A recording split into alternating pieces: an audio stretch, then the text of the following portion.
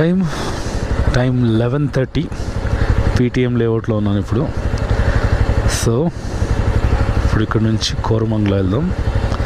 మధ్యలో ఏదైనా ఆర్డర్ వస్తే చేసుకుంటూ వెళ్ళచ్చు.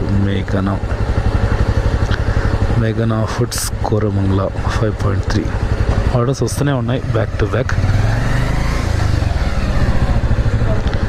కోరమంగళ నైట్ వ్యూ అలా చూద్దాము. సాటర్డే నైట్ కదా, మొత్తం అందరూ పార్టీ నుంచి బయటకు వస్తూ ఉంటారు.